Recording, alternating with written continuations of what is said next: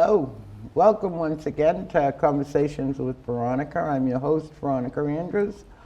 This is our third mayoral candidate interview, conversation, pick on, whatever you choose. Mr. Scott Galvin, the mayor of Woburn now, is my guest. Hi. How are you, Veronica? So far, so good. How are you? Excellent.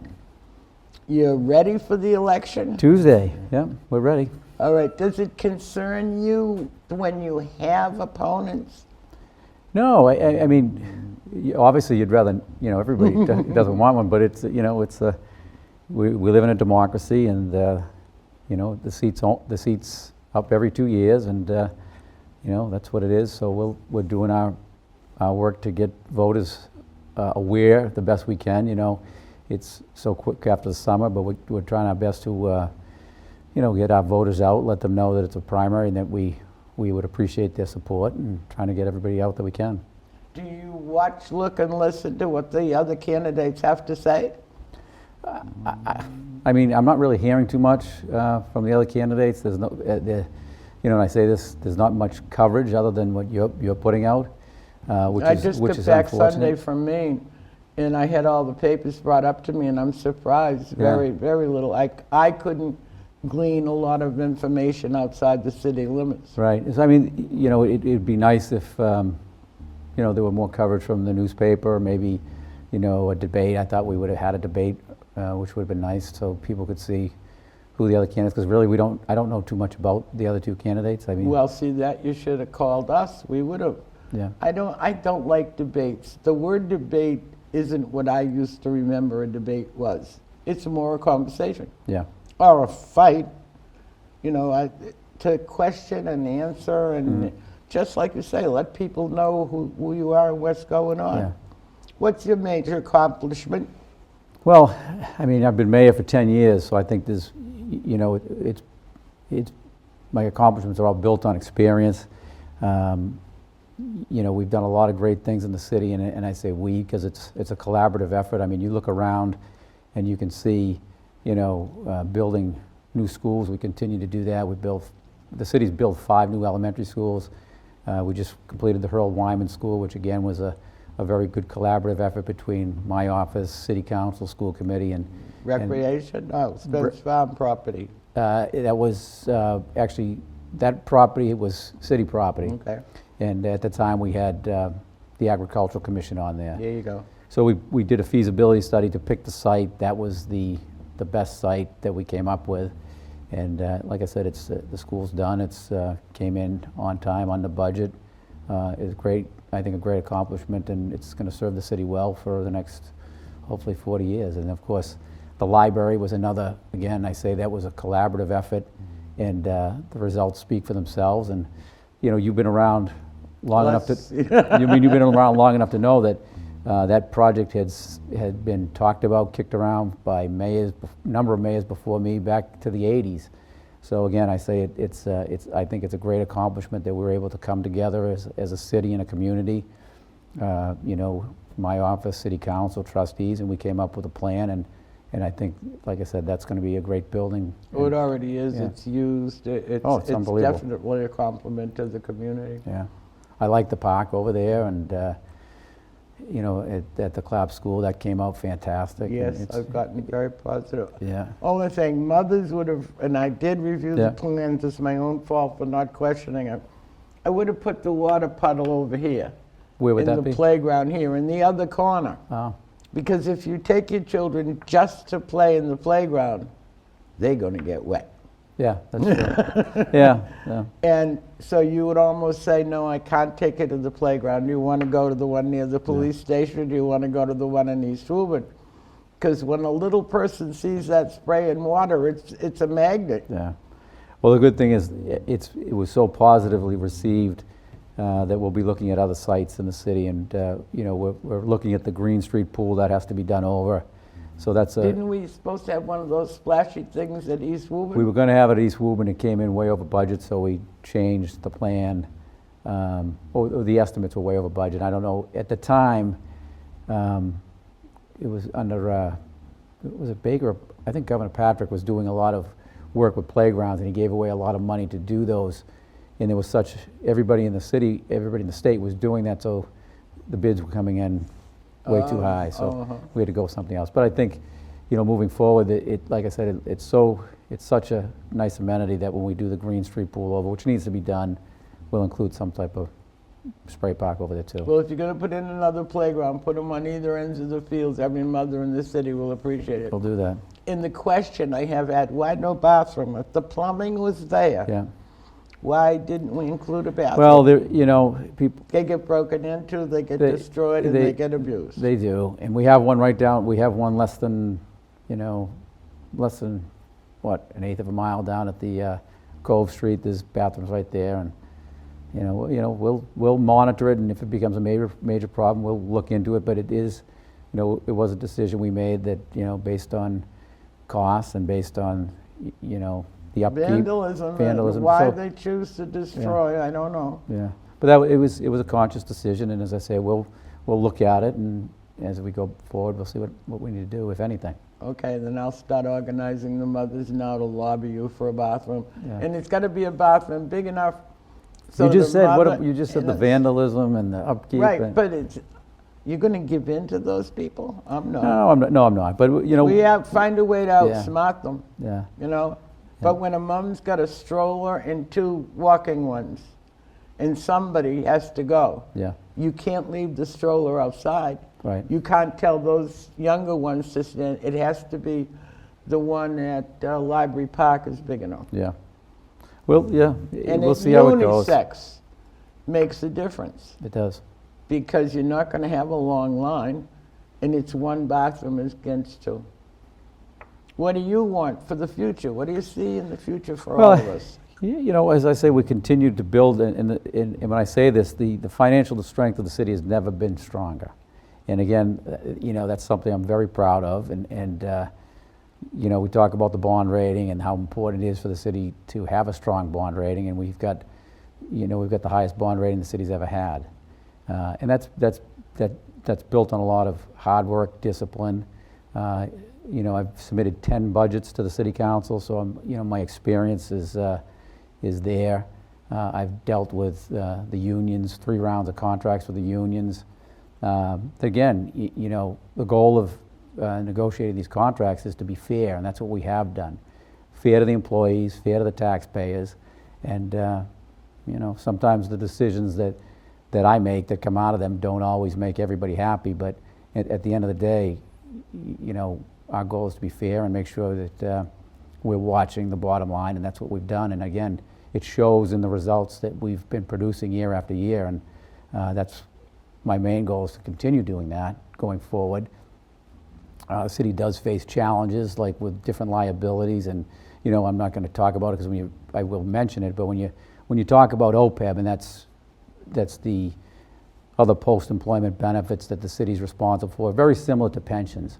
When you talk about that, people's eyes glaze over, so I'm not going to talk about it, but it's a major issue for every city and every town in the Commonwealth, so that's something that we're going to be looking at, and tough decisions have to be made on how we're going to fund that awesome liability, which is about $225 million that we face. Were you in for any surprises? You spent a lot of time on the council, so you had a lot of research and study. Did anything surprise you about being mayor? Catch you off guard? Other than having to put up with me. I mean, I sat on the city council for 16 years. I went to Providence College, got a business degree.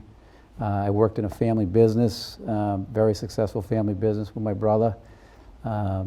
Then I ran my own law practice for over 15 years. So I had a good background, Veronica. Well, I knew that. Plus I had the experience from the city council, dealing with budgets, knowing the process, which is important. So the experience that I had coming in made a big difference and helped. I mean, we're talking about right now, the city's budget's about $156 million.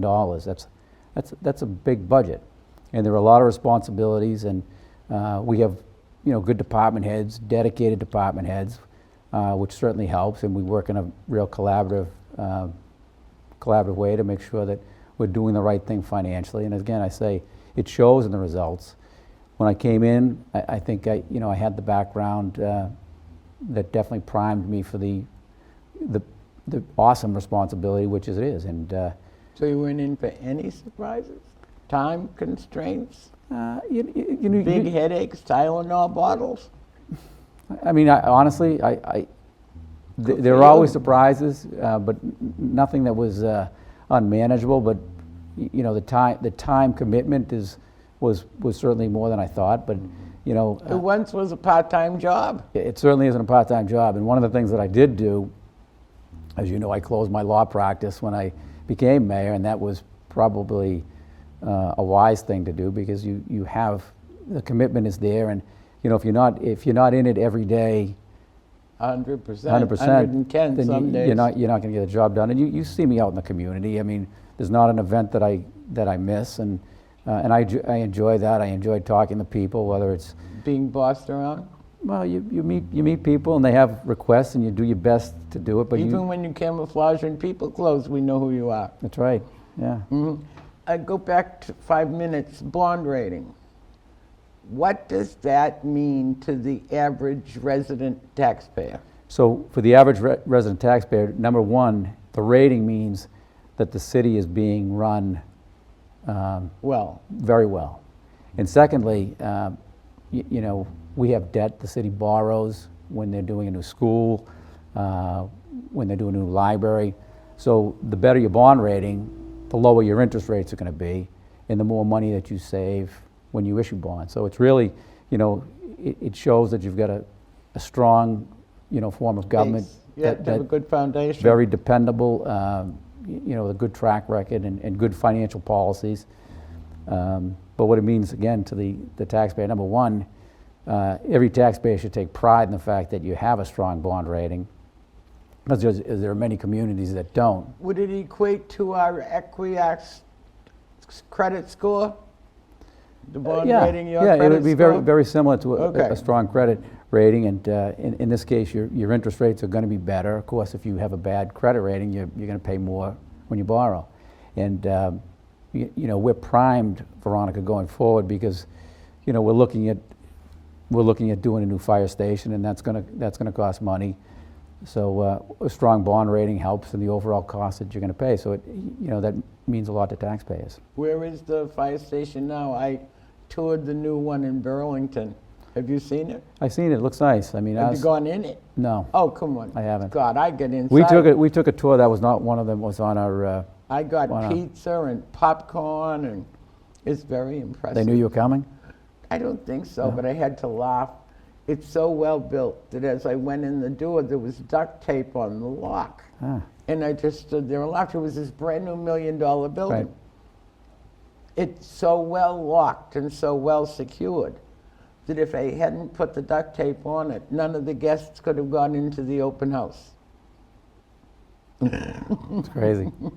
Yeah, but we're in the we've made quite a bit of progress to the feasibility study, and Is it going to be at Forest Park?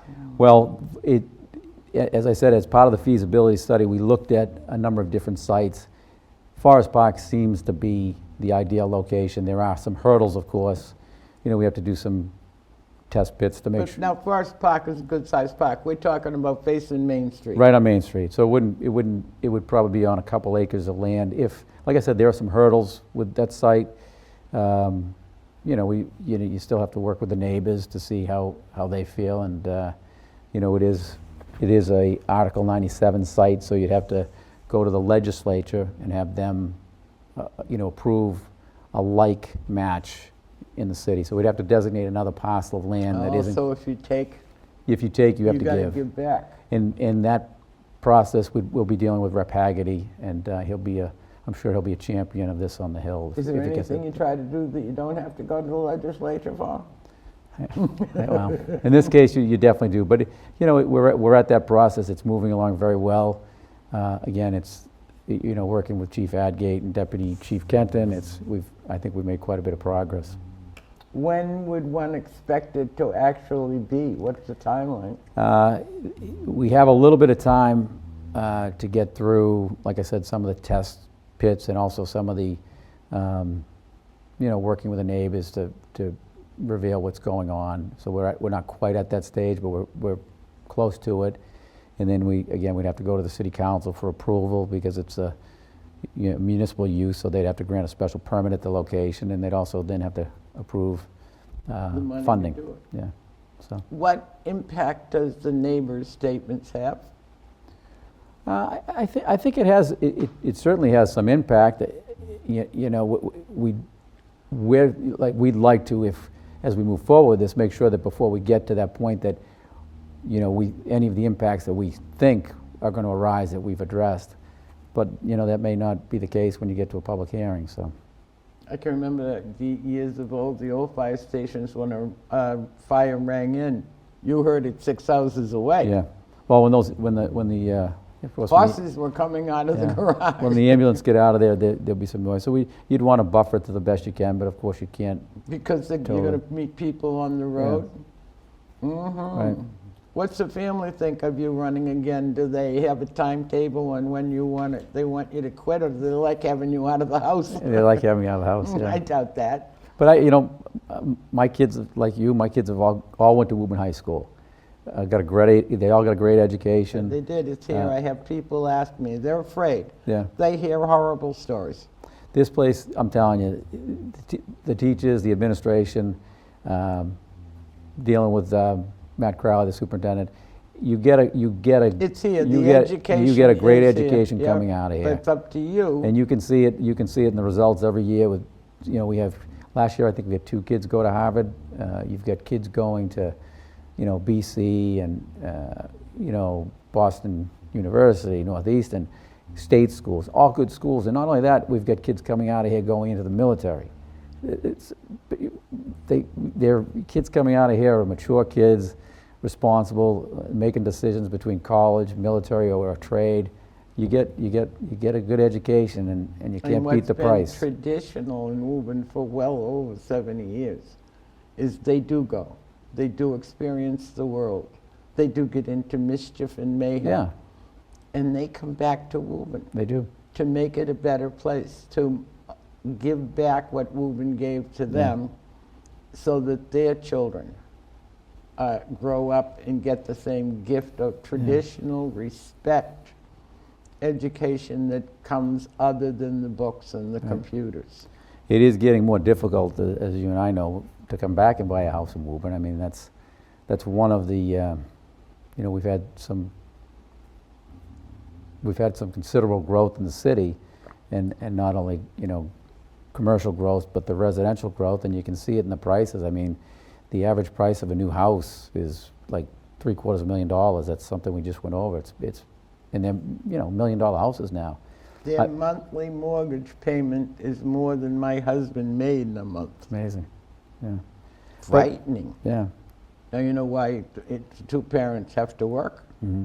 But the city is definitely a desirable place to come. Woburn is really, we offer the amenities. Like I said, we've got new schools. We've invested in the library. We're investing in recreation. We've invested in open space. That's something that when I first got in, we bought more open space than any mayor before me ever bought. We bought that Whispering Hill site that was at one time scheduled to be, 40B development. We can talk more about 40B and, the disdain we all have for, what that's causing in our city. Why those cards? It's not prejudiced, is Oh, it? I'm not talking about The actual the need law for affordable and housing, because we're doing our share with affordable housing. But what bothers me and bothers a lot of people is when you don't want something and they tell you you're going to get it, and You have no choice. and you're going to take it. And the perfect example is the ledges, and that's certainly given the city a headache every day. But we fought that thing. We fought that thing and told them we didn't want it. We paid well over $150,000 to defend it, and we told them all the things why we didn't want it, and they still overrode our decision and said you're going to take it because we're under the 10% threshold. But like I said, it has nothing to do with a disdain towards affordable housing. It has to do with somebody taking away our local choice, and that's what that 40B law did to us. Okay, so now that brings up something to do with cable. You got the FCC about to involve. Are you aware of that? For what? And they're making a decision Oh, yeah. as to whether what I pay on my monthly bill goes back to the running of this studio, the teaching of these students here in the high school, in the broadcasting of programs just like this. Yeah. Taking some of that, I don't know exactly, away so that they can maintain the telephone poles and their wires. Well, heaven knows they need help doing that, but I don't think they need my help. No, I was just actually talking to Brian on the way in about the decision, and that's Trump's been pushing that, which we don't like it. We entered into these agreements. Can you hold their feet to the fire? I mean, it's a contract. I read those contracts. I would have to think that unfortunately, Veronica, a lot of these contracts are coming due, and we'd have to renegotiate. But I don't want to speak out of school, but I feel pretty confident we're still going to be able to keep the franchise fee, but they're trying to take away some of the capital that they have to contribute as part of those agreements. And if they do give you capital, then they have a right to reduce some of their.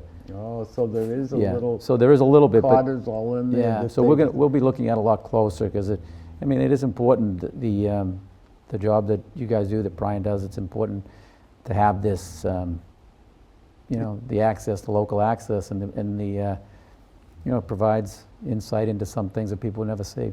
I like it here because and I know students who can't handle the paper and pen, Right. but are good with their hands. They're good with their imagination and creativity. This is the place for them. It's good.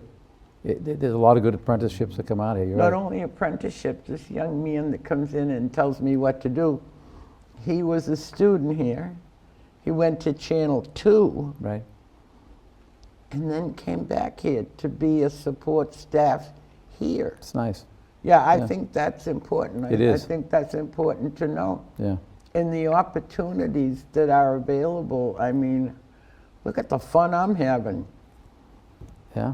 And I've met some of the most famous people in the world, and they're regular, everyday people. It's good. I really don't want to see a dent taken out of this. I don't either. I think it's a Well, good sign service. me up when it comes contract time. 'Cause Yeah, I'll give I mean, them we a do piece. have, we do have, again, a committee. You have a cable committee that we'll have to do, and we'll reestablish that when that time comes. So no more schools to build. Well, not tomorrow, but as part of that plan, Well, the the Alta Vista Alta and Vista's the Linscott are part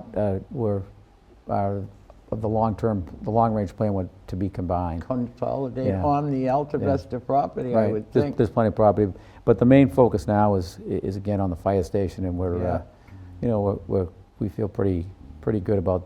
And some people aren't going to be thrilled when you close a couple of fire stations. Well, they're not going to be, right? But that's all part of this feasibility study, and showing people and convincing people that the service that they're going to get from the new One Central will be superior to what they. Will you have to restaff? Not at this point. No, but when it's finished. No. No? At some point down the road, we keep talking about, the future growth of the city, and there is growth coming, and that's something that we're looking at. But based on what, we always look at the call volume at the fire station. We review it on a monthly basis at our stat meeting. The work that they do. I mean, the firemen do a great job, and they're at this point. Of course, everybody wants more staffing, but at this point, Well, I'm thinking the size of the building. I'm sure there's more janitors on staff for this modern, technologically equipped building. well, than there was for the old there girl. shouldn't be any, and we've looked at other fire stations where they, you don't have the need for janitor.